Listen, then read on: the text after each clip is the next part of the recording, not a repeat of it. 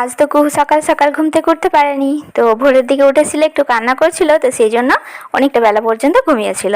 আর ও ততক্ষণে ঘুমাচ্ছিল। আমি আমার কাজগুলো করে নিয়ে তো ওর জন্য ছাতুটা গুলে রাখলাম, আর তারপর সবজিটা কেটে নিলাম। তো আজ তো একটা তরকারি বানিয়েছিলাম, মাছ আর সবজি দিয়ে একসাথে করে ফেলেছিলাম। তো মাছ দেখো ফ্রিজ থেকে বের করে জলে ভিজিয়ে রাখলাম, আর সবজিটাও কেটে নিয়েছিলাম।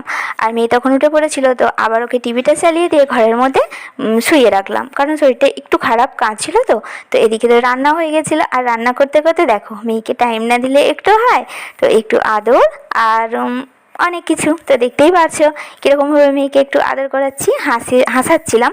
তো এদিকে তরকারিও হয়ে গেছিলো আর ভাত রান্না। তো তখন বাজে 9:30, মেয়েকে খাইয়ে দিলাম। আর এত তাড়াতাড়ি ভাত কেন খেলাম, আমিও খেয়ে নিয়েছিলাম, কারণ আমরা গিয়েছিলাম ঈশ্বরের মণ্ডলী। তো যেখানে গেলে শান্তি পাওয়া যায় সেখানেই মেয়েকে নিয়ে চলে যাই। তো এখন টাইম তো মানে কি, এই ধরো বেলা 10টা 11টা স্কুলে যাওয়ার টাইম, কিন্তু কি আমার মেয়েকে স্কুলে নিয়ে যায় না, তো ঈশ্বরের মণ্ডলীতে নিয়ে যাই, ওখানে বসে থাকি আর ওখানে ঈশ্বরে প্রার্থনা করি। তো সকলেই ভালো থেকো, সুস্থ থেকো, আমরা তো ভালো আছি। তো আবার আসবো নতুন একটা ভিডিও নিয়ে।